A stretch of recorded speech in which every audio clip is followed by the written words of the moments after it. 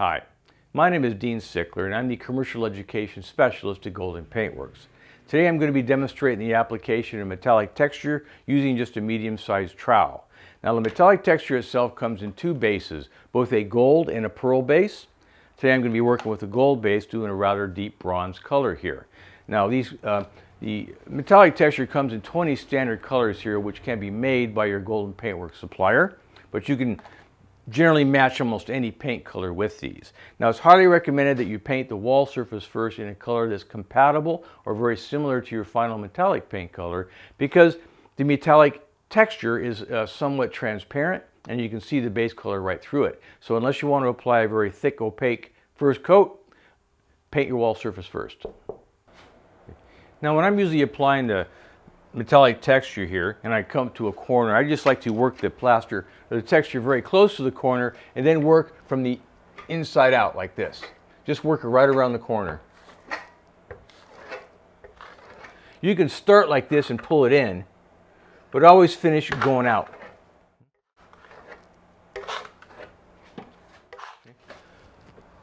Also, I would recommend, if you're right-handed, to work from the left to the right. That way you can always start your stroke on the dry here and finish off your stroke by floating it off the surface. See, like this, all different directions. This really helps out with the final finish, because when you start applying the plaster, you start in the wet like this, it always leaves what's called a strike mark or a straight line. Okay? But if you start out here and come in here and float, you'll leave a somewhat organic looking line which goes along with the actual finish.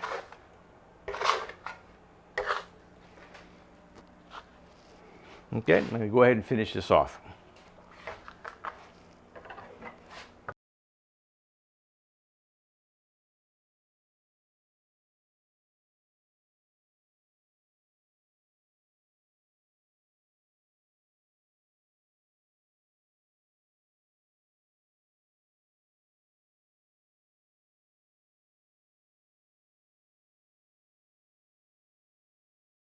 And done.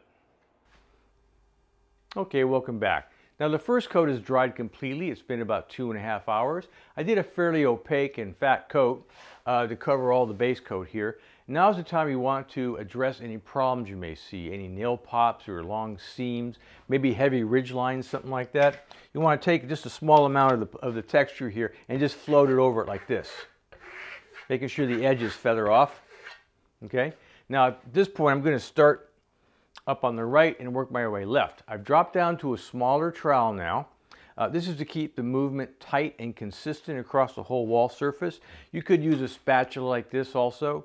The trick is to keep it somewhat uniform looking and consistent across the entire wall. So I'll start up here.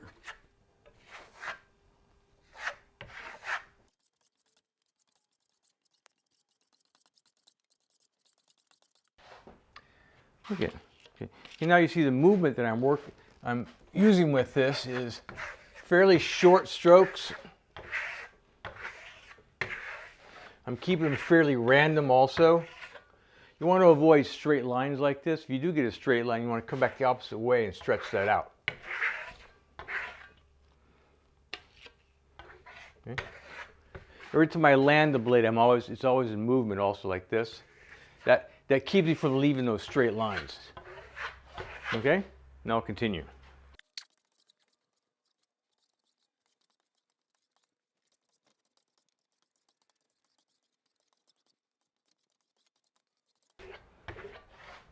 Okay, before you move on too far, you may want to take your take the material off your blade here and just go over some parts just to flatten it out.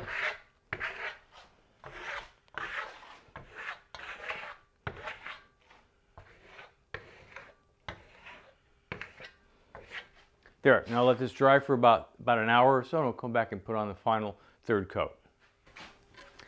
Okay, now the second coat is dry. I turned on an overhead light to look at it a little more closely on the shine, and honestly, it doesn't need a third coat.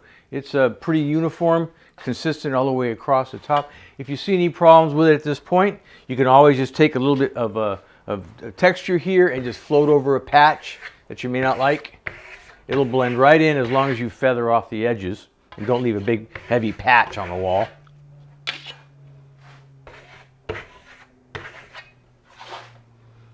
Okay, now this is a nice washable surface.